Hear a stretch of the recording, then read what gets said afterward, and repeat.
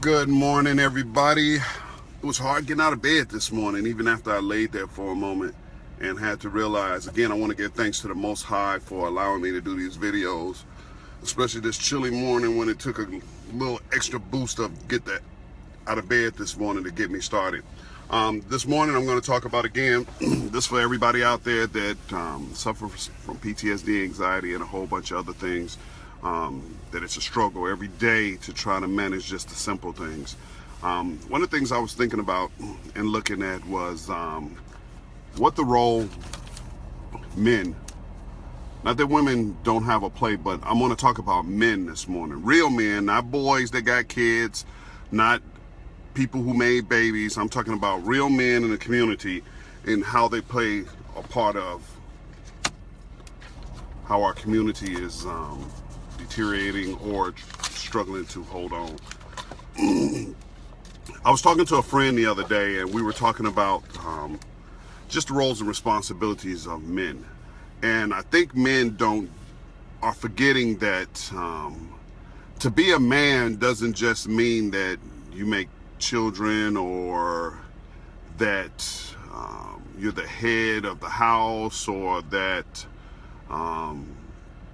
you're the strength or the pillar. You are those things, but you're only as strong as your house is. I think that one of the things, and this is all my opinion, you don't have to agree, you can agree. I'm open for your statements, your questions, your comments. It is what it is. I'm saying all this because when you have PTSD or any of those other issues, it doesn't relinquish your responsibility to be the man in your community, the man in your home, the man to your family.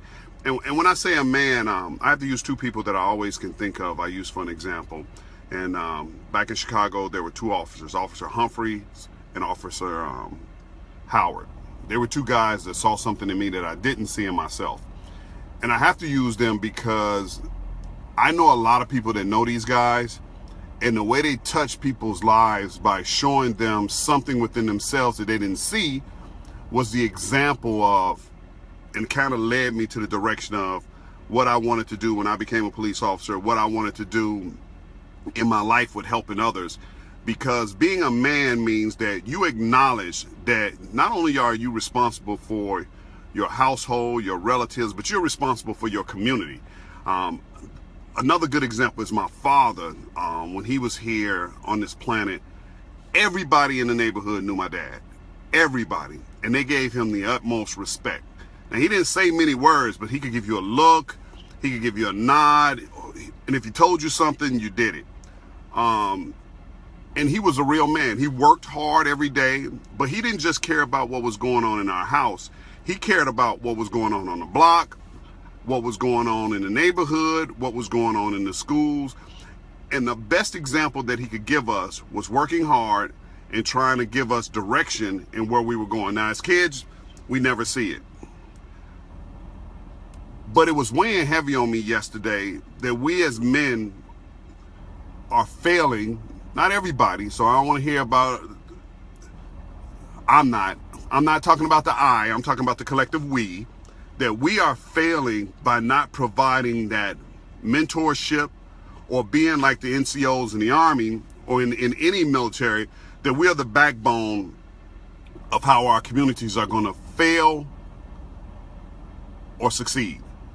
I have learned over the few years, even with my issues, that being able to take someone under your wings and give them your strength, not necessarily your illness or your weakness, because they'll understand that, but to show them through all that you're still strong, and that being a man is acknowledging your failures, taking the lesson from your failures, not repeating those failures, and pushing forward and trying to give something positive back in the community or society in the whole.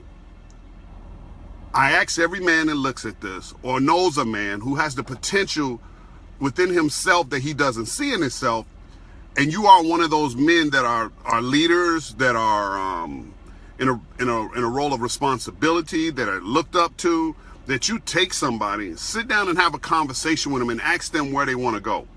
as you have that discussion and they don't know, kind of guide them. You know the old saying, you can lead a horse to water, but you can't make it drink?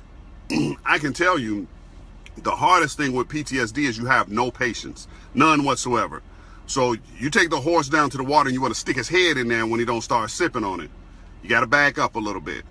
The most therapeutical thing that you can do is find you someone that you can mentor, and find you someone that, again, look at your successes, because out of your failures have come something that's successful. There's a lesson in every failure. There's a lesson every time we fall down and we get up. Unless we just like falling down, we won't continue to fall down the same way we did before. I have to say this because it was driving me nuts this morning. I've been watching the news, and as I was watching the news and I'm watching these children, hear me, children protest. My first question was, what would Junior Larkin, my father, do if I took my black tail out of school and protested? Well, I would have had to keep on running with the rest of them kids south to the border because I couldn't come home. Where are all the parents, the fathers for these kids who are protesting? Because they have no idea what they're protesting about. And I watch on the news as these men and these grown women justify that these kids have rights. Now, one of the things that I understand is that we're telling our children and enabling our children that they have rights. I don't know what planet they came from. I ain't have any rights in my father's house. The only right I had was the right to go to school, the right to do my homework, the right to pass my grades, and the right to keep my stuff clean. That was the only rights I had. Everything else, I lived in a dictatorship. I see now that the problem that we're having with everyone is we let our kids be grown before they're grown. Why aren't you allowing these children to be children? If my kids, let me tell you something. If my Larkin child skipped school to protest, when they got home, they had another protest to deal with. Me protesting my hand on that behind. Here's the problem. If you have children and you are your child's friend, you have failed them miserably. If you have told your child that they have rights and they live in your house and they can question the stuff you do and you pay the bills, you have failed. If you are a man and you have a male son who disrespects his mom, who disrespects women, and have no gumption to do anything but lay in the house and play video games, you have failed as a man. Everybody wonders why we have the president that we have, because he's a product of the society that we live in. We have children on TV protesting. Now listen, don't get me wrong, there have been protests for years, but everybody I saw protest was old, or they were in college. Them was the only students out there protesting. When I was young, in middle school, high school, the only protests I got to see were the ones I was watching on TV. I didn't get to participate, except for one time, and that's when kids walked out over discrimination at Bogan High School. If we allow kids to not stay kids and become adults, where these people who don't have kids have empowered with them with the ability, they can pick up the phone and call 911, social services, and they bring they not having kids ass to your house, and now they're making decisions in your household. Next time something happens in a deterioration of our society and our values and our morals, the nuclear family is gone. It has been gone for years. But now we don't even have that. We have a house where there's a democracy where you have to vote with your children for decision making. If you are doing that and you are a man and you're not a man manning up and being the man in your house, you have failed. That's really all I got this morning, because it is bothering me personally. I get aggravated. Again, with PTSD, you don't have patience for any nonsense. I'm watching these kids protest. This is the third day that they're out of school protesting, and parents talking about they support it. Even the Board of Education is talking about they supported it until a kid got whooped for wearing some Trump stuff. And then the superintendent comes on and says, hey, I don't know, we got to be concerned for safety. You should have been concerned for safety when they walked out the door.